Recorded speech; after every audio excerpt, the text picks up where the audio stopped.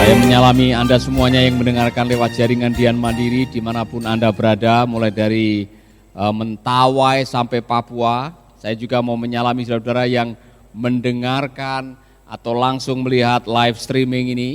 Saya senang sekali bagi saudara-saudara yang ada di Surabaya dan sekitarnya, saudara sudah bisa mendengarkan Making Life Better dari Radio Sangkakala yang disiarkan jam 5 pagi.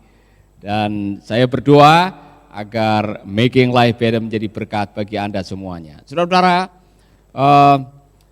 nyanyian tadi benar sekali, aku punya Tuhan yang besar. Aku punya Tuhan yang besar. Tuhan kita besar. Dan kebesarannya itu bisa kita rasakan dalam kehidupan sehari-hari. Karyanya yang kadang-kadang tidak disangka-sangka bisa terjadi dalam kehidupan kita. Amin. Jadi saya sengaja hari ini pakai jaket ini saudara, karena ini mujizat. Jadi jaket ini dibelikan oleh Bapak Pendeta Timotius Arifin. Jadi selesai beliau khotbah di sini, beliau pergi ke Galeria dan pulang membawakan saya oleh-oleh ini. Luar biasa kan, saudara? Ya. Biar kembaran katanya, ada 3, dia, saya sama Pak Andoko. Katanya punya yang sama katanya, dibelikan. Nah saudara-saudara, saya mau mengajak Anda semuanya belajar mengenai leadership. Jadi ternyata salah satu ciri seorang pemimpin adalah generous. Seorang pemimpin tidak boleh pelit. Pemimpin harus generous, pemimpin harus bermurah hati.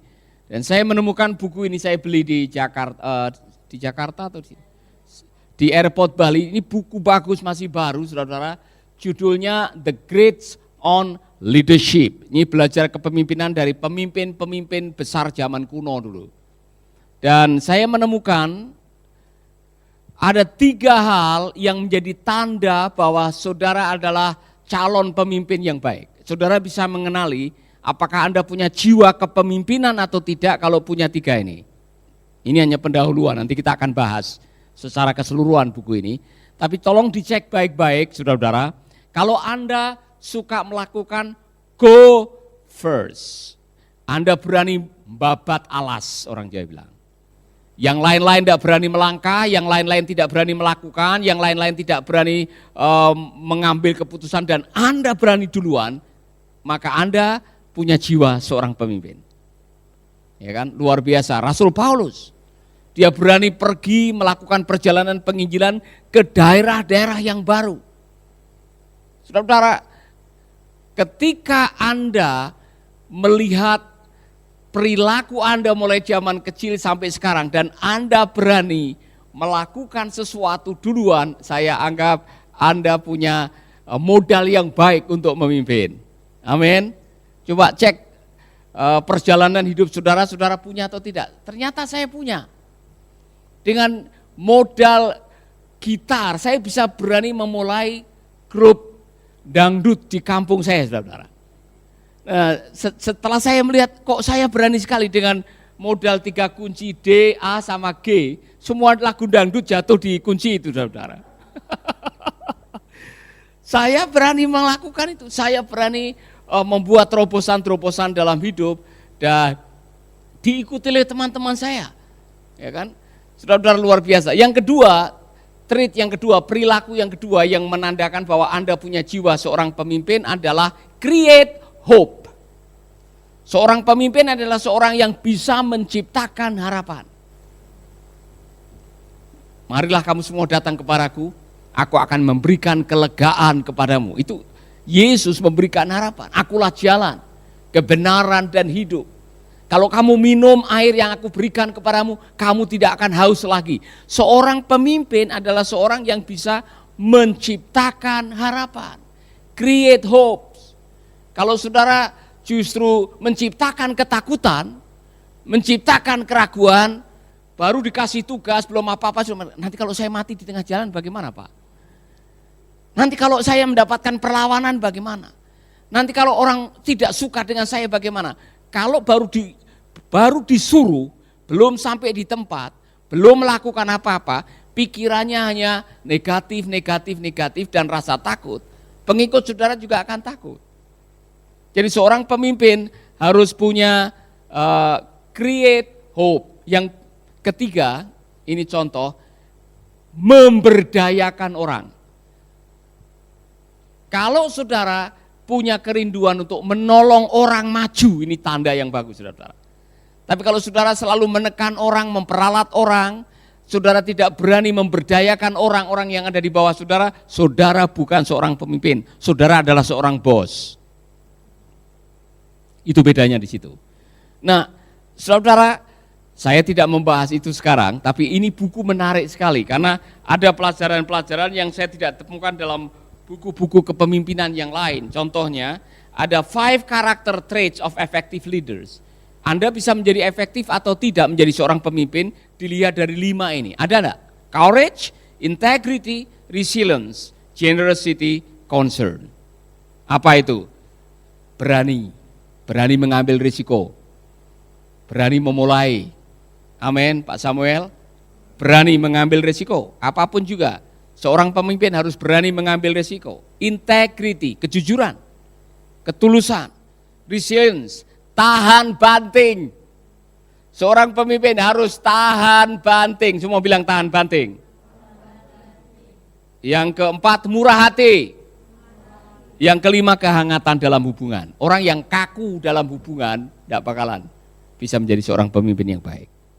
Anda harus punya kehangatan di dalam kepemimpinan. Nah, sekarang saya memadukan apa yang di sini dengan apa yang baru saya pelajari, yaitu kolesterol. Saya berkhotbah mengenai kolesterol, ya kan, yang menyumbat kemajuan seorang pemimpin. Saudara tahu kolesterol? Pernah cek kolesterol? Itu adalah lemak. Lemak dalam darah yang kalau itu terlalu kental atau terlalu banyak bisa memblokir peredaran darah, dan kalau itu ada di otak, saudara kena stroke namanya.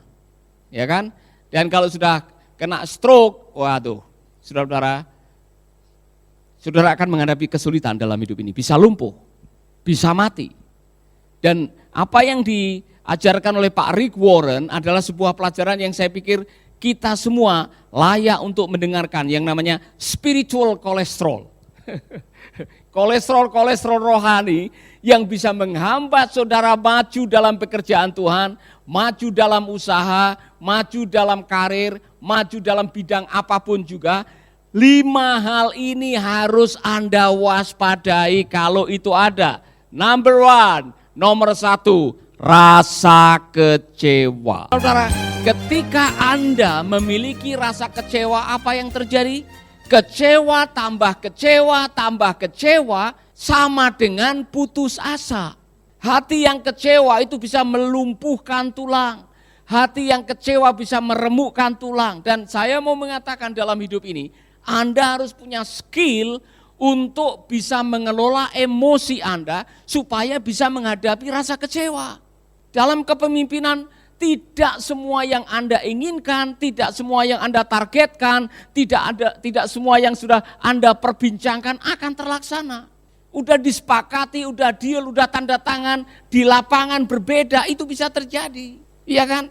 Terus mau apa? Ketika harapan saudara tidak menjadi kenyataan, apa yang saudara doakan, apa yang saudara impikan tidak jadi dalam waktu yang disepakati, atau apa yang saudara rindukan tidak langsung menjadi kenyataan, saudara mau apa? Seorang pemimpin harus mewaspadai rasa kecewa supaya apa? Kesana kemari tidak membawa semacam kejengkelan.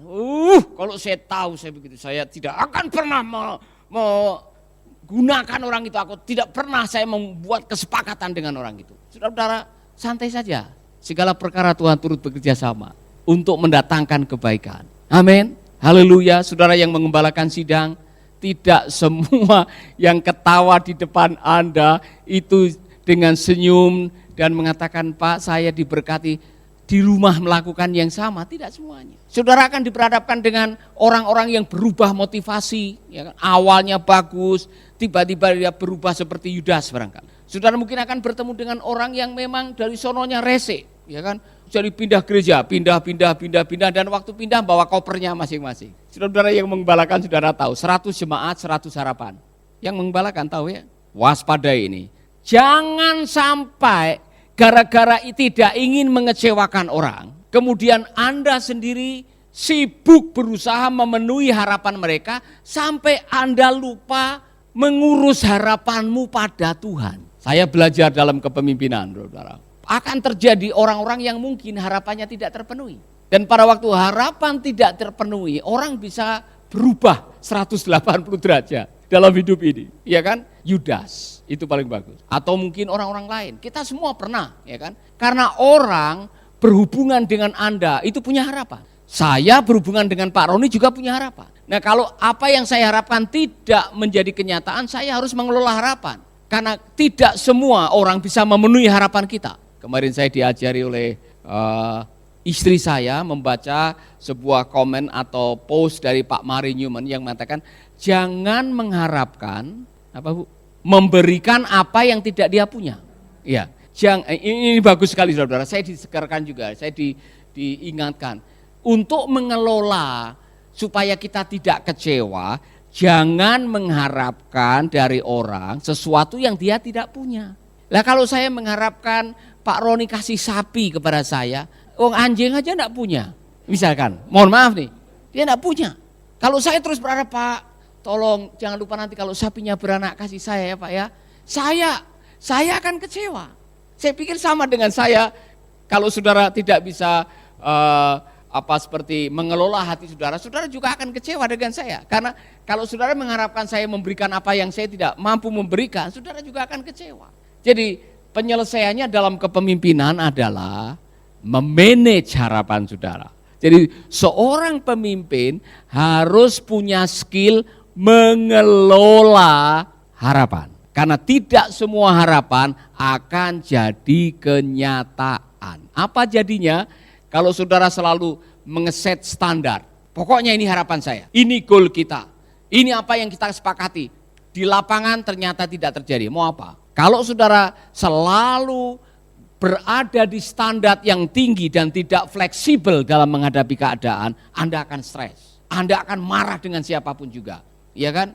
Benar tidak? Saudara duduk di pesawat, ada satu kacang yang ada di tempat duduk ini. Kemudian saudara marah-marah dengan pramugari. Ini pesawat bagaimana ini? Masa pesawat tidak dibersihkan, ada kacang di atas tempat duduk? Kemudian pramugari mengatakan, Bu, mohon maaf ya kan. Ini kelalaian kami, mohon maaf. Terus bagaimana? Saya mau turun, ya silakan turun.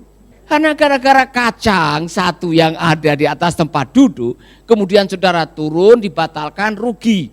Tiketnya hanya dikasih separuh barangkali, refundnya. Kan rugi saudara. Be fleksibel. Jadi orang fleksibel, jangan terlalu idealis menuntut selalu yang baik. Anda akan stres, Anda akan banyak kecewa. Belajar memanage harapan saudara. Amin. Kalau tidak, Anda kemana-mana menjadi pemimpin yang kecewa. Apa yang terjadi? Apa yang terjadi ketika Anda menjadi seorang pemimpin dan Anda diliputi hatimu dengan kecewa? Lama-lama saya katakan putus asa. Sahabat, Anda baru saja mendengarkan program Making Life Better. Hubungi kami di 0811 3901 144 atau 0811 3901 140.